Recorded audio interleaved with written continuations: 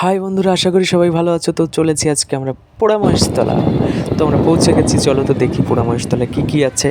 তো যখনই পৌঁছে গেছি মন্দিরে ধীরে ধীরে উপরের দিকে উঠছিলাম, কারণ অনেকটা উপরে এই মন্দিরটা তৈরি করা।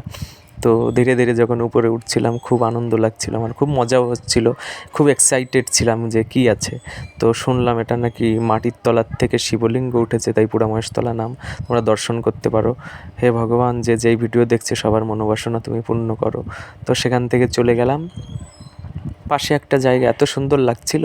তো যখনই গেছি, কারণ কদিন ধরে যা গরম পড়ছে, তো গিয়েছি দেখি এত ঠান্ডা হাওয়া এখানে, এত স্নিগ্ধ শীতল, চারিদিকে কোকিলের কহুরব, পাখিদের কলতান, সুন্দর একটা জায়গা। সবাই আসতে পারো ঘুরতে, সত্যি তোমাদের মন ভালো হয়েই যাবে। তো এখানে গেছি, দেখছি রাধা মাধব, জয় জয় রাধা মাধব কি জয়। হে ভগবান, সবাইকে সুখে রেখো, মঙ্গলে রেখো। রাধা মাধব দর্শন করে চলে গেলাম। দেখি বটতলায় বাবা লোকনাথের একটা মূর্তি, তা লোকনাথের মূর্তিতেও আমি প্রণাম করলাম। তা প্রণাম করে চলে গেলাম মা ভবতারিণী মন্দিরে। এই যে হচ্ছে জাগ্রত কালী মা, এখানে যে যা মানত করে সেই তাই পায়, তোমরা ভিডিও দেখেও মানত করতে পারো। তারপরে পাশেই আছে জগন্নাথ, বলদেব, সুভদ্রা মহারানী এবং গৌর নিতাই। আমি প্রণাম সেরে নিলাম। তারপরে বেরোলাম, দেখি একটা সুন্দর সান বাঁধানো ঘাট, এখানে সবাই গরমের সময় এসে বসে থাকে।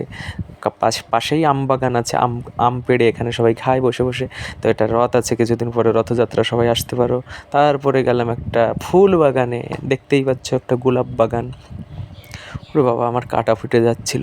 তো ধীরে ধীরে সাবধানে ঢুকছিলাম, তো এত সুন্দর ফুল ফুটে আছে, কেউ ফুলগুলো তোলে না, এত সুন্দর। সবাই ছবি তুলতে আসে, তো দেখতেই পাচ্ছ সবাই ছবি তুলছে, ছবি ফটো সবাই তুলতে পারো এসে এখানে। তো আজকে এই পর্যন্তই ছিল, বাই বাই।